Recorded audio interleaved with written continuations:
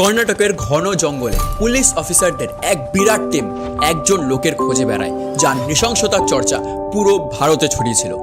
সে এমন একজন মানুষ যে জঙ্গলের মধ্যে পুলিশের হাত থেকে বাঁচার জন্য নিজের 6 মাসের ছোট্ট শিশুটিকেও পর্যন্ত হত্যা করে। এছাড়া তার রাস্তায় আসা সকল বাধাকে, সে পশু হোক কিংবা মানুষ, যাকে হত্যা করতে দুবার ভাবে না। এই নৃশংস হিংস্র হত্যাকারী লোকটি হলো চন্দন পাচারকারী বীরাপ্পান, যাকে নিয়ে নেটফ্লিক্সের ডকুমেন্টারি সিরিজও রয়েছে, যার ভয়ে কাঁপত গোটা দেশ। নেতা মন্ত্রীরাও ছাড় পায়নি। তাকে ধরতে তৈরি করা হয়েছিল স্পেশাল টাস্ক ফোর্স। প্ল্যান করে কিভাবে রুদ্ধশ্বাস অপারেশন করে তাকে হত্যা করা হয় জানেন? ঠিক কতটা ভয়ঙ্কর ছিল বীরাপ্পান, আসুন জেনে নিই। তবে তার আগে নতুন হলে সাবস্ক্রাইব করুন আমাদের ইউটিউব চ্যানেল।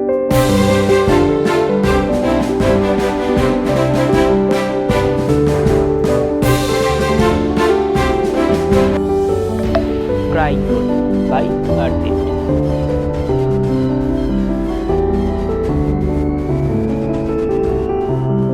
বীরাপ্পান ছোট থেকে বিভিন্ন অপরাধমূলক কাজ করা শুরু করে দিয়েছিল। সে প্রায় 14 বছর বয়সে একটা হাতির মাথায় গুলি করে তার প্রথম খুনটি করে।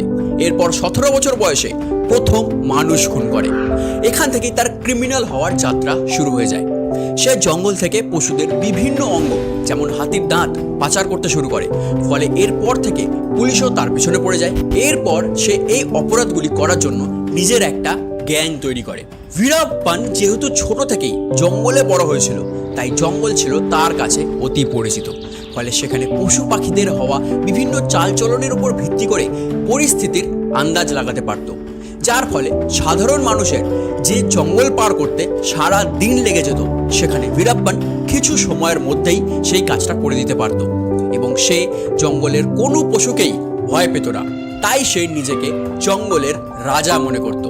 এছাড়া বীরাপ্পান একজন ভালো শুটার ছিল। সে লং রেঞ্জের বন্দুক এবং ডাবল ব্যারেল গান শুট করতে পারত। পুলিশরা তাকে ধরতে আসলে সে তার ডাবল ব্যারেল গানের সাহায্যে তাদের হত্যা করত, অথবা পাথর দিয়ে মেরে মাথা থেতলে দিত। একবার সে এক পুলিশ অফিসার শ্রীনিবাসনের মাথা কেটে হত্যা করে তা দিয়ে ফুটবল খেলেছিল। এসবের মধ্যে 1993 সালের 8ই এপ্রিল এমন একটা ঘটনা ঘটে, যার জন্য ভারতের সকলের মনে বীরাপ্পানের জন্য আতঙ্ক তৈরি হয়। তামিলনাড়ুর কোলাতুরে বীরাপ্পান একটা হুমকির পোস্টার লাগায়, যেটা সেখানকার পুলিশ সুপারিনটেন্ডেন্টের জন্য করা ছিল। সেটাতে বলা হয়েছিল যে বীরাপ্পান ভালামগুলিমপট্টিতে থাকবে এবং তিনি যদি মায়ের পেটে জন্ম নেন তাহলে যেন তাকে সেখানে ধরতে আসেন।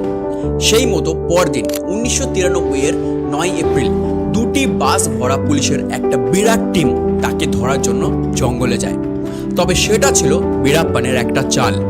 সে জঙ্গলে প্রতি 10 ফিট দূরত্বে 14টি বোমা বিছিয়ে রাখে, যার ফলে প্রথম বাসটি যখন সেখানে এসে পৌঁছায়, সেখানে বিরাট এক বিস্ফোরণ হয়, যাতে 20 জন অফিসার তাদের প্রাণ হারায় এবং 20 জন আহত হয়। সেই বিস্ফোরণ এতটাই বড় ছিল যে তার কম্পন কয়েক মাইল পর্যন্ত ছড়িয়ে যায়। আর যেই সব অফিসারেরা মারা যায়, তাদের দেহ ছিন্ন ভিন্ন অবস্থায় দূর দূরান্ত থেকে পাওয়া যায়। এরপর থেকে পুলিশ এবং তার মধ্যে বিরোধ লেগে থাকতো। এখন বীরাপ্পানের যদি মনে হতো যে কেউ তার আড়ালে পুলিশের সাথে হাত মেলাচ্ছে, তাহলে সে তাদের হত্যা করত, তাতে সে নিরপরাধ হোক কিংবা অপরাধী। এরকমই একটা ঘটনা জানা যায়। বীরাপ্পান পুলিশের হাত থেকে বাঁচার জন্য জঙ্গলে তার 6 মাসের ছোট্ট শিশুটিকে পাথর দিয়ে মাথায় মেরে হত্যা করে, কারণ জঙ্গলে সে লুকিয়ে থাকার সময় চেঁচিয়ে কাঁদছিল। এরপর বীরাপ্পান পুলিশের হাত থেকে বাঁচার জন্য বিভিন্ন উপায় বের করতে থাকে। সে গ্রামের লোকেদের পয়সা দিত, তাই পুলিশও তাদের মুখ থেকে সত্যি বের করার জন্য গ্রামবাসীদের উপরেই অত্যাচার করত। এতে করে গ্রামের লোকেদের সাথে পুলিশের একটা বিরোধ তৈরি হয়ে যায়, যার জন্য তারা বীরাপ্পানকে সাপোর্ট করত। এরপর থেকে সে কর্ণাটক, তামিলনাড়ু ও কেরালার জঙ্গলে তার বেআইনি কাজকর্ম চালাতে থাকে এবং পুলিশও বিভিন্ন আইনের নিয়মের জন্য তাকে ধরতে পারে না এবং সে বরাবরই তাদের হাত থেকে বেঁচে যায়। এভাবে সে 15টা বছর পুলিশের হাত থেকে বেঁচে তার বেআইনি কাজকর্ম চালাতে থাকে।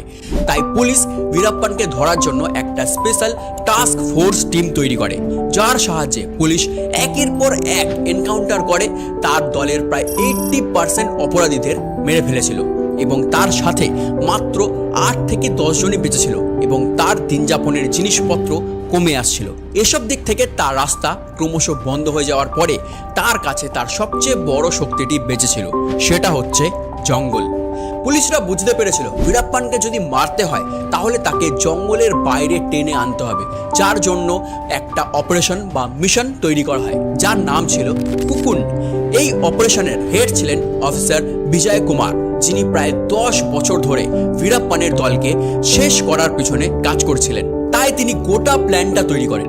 2004 সালে বিজয় কুমার এমন একটা ক্লু পান যা গল্পে নতুন মোড় আনে।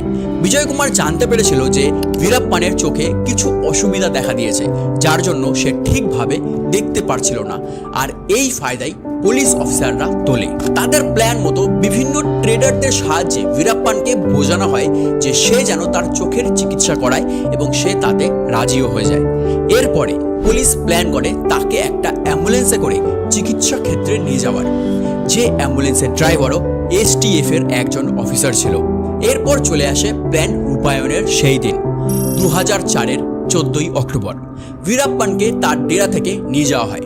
বীরাপ্পান তার পরিচয় লুকানোর জন্য নিজের সবচেয়ে পছন্দের গোঁফটিও কেটে দেয় এবং সাদা পোশাক পরে রেডি হয়ে যায়। অ্যাম্বুলেন্সে তার সাথে তার দলের 4 জন সদস্য যাওয়ার সিদ্ধান্ত নেয় এবং তাদের এই যাত্রা শুরু হয়। কিছু দূর গিয়েই অ্যাম্বুলেন্সের ড্রাইভার জোরে ব্রেক কষে দেয়। তার সাথে সাথেই STF এর 2 জন ড্রাইভার সেখান থেকে বেরিয়ে যায়। বীরাপ্পান পরিস্থিতিটা বোঝার আগেই 2 সেকেন্ডের মধ্যেই সেই গাড়িটির 4 ধারে 30 জন অফিসারের বন্দুক ঘিরে ফেলে এবং মেগাফোনে অ্যানাউন্স করা হয় যে তাকে এখন পুলিশ ঘিরে ফেলেছে, সে যেন নিজেই সারেন্ডার করে দেয়। তবে সেও হার মানতে রাজি নয়। সে নিজেকে রক্ষার জন্য অ্যাম্বুলেন্সের ভেতর থেকে গুলি চালায়, যার পরক্ষণেই অফিসারদের অটোমেটিক গানে প্রায় 300টি গুলি বর্ষণে অ্যাম্বুলেন্সটি ঝাঁঝরা হয়ে যায়। এবং যখন গুলি থামিয়ে অ্যাম্বুলেন্সের ভিতরে দেখা যায়, তখন দেখে বীরাপ্পানের 4 সাথী মারা গেছে এবং বীরাপ্পান তখনও তার শেষ নিঃশ্বাস অবধি লড়াই করে যাচ্ছে। 2000-এর থেকে বেশি হাতি, 180 জন মানুষের প্রাণ নেওয়ার পর পুলিশ এবং সরকারের মধ্যে আতঙ্কের পরিবেশ তৈরি করার পর 2004 সালের 14ই অক্টোবর রাত 11টার সময় সে মারা যায়।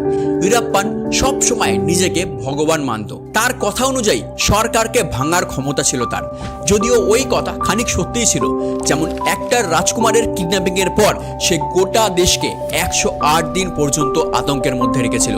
এছাড়া এগ্রিকালচারাল মিনিস্টার নাগাপ্পাকে কিডন্যাপ করে সে 3টি রাজ্যের সরকারকে নিজের পায়ের তলায় এনে ফেলে। কিন্তু যাই হোক না কেন, সকলকেই মৃত্যুর কাছে মাথা নত করতে হয়, তেমনি বীরাপ্পানকেও মৃত্যুর সামনে ঝুঁকতে হয়েছিল।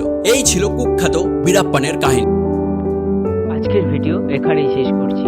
দেখা হবে পরবর্তী কোনো ভিডিওতে। ভালো থাকবেন।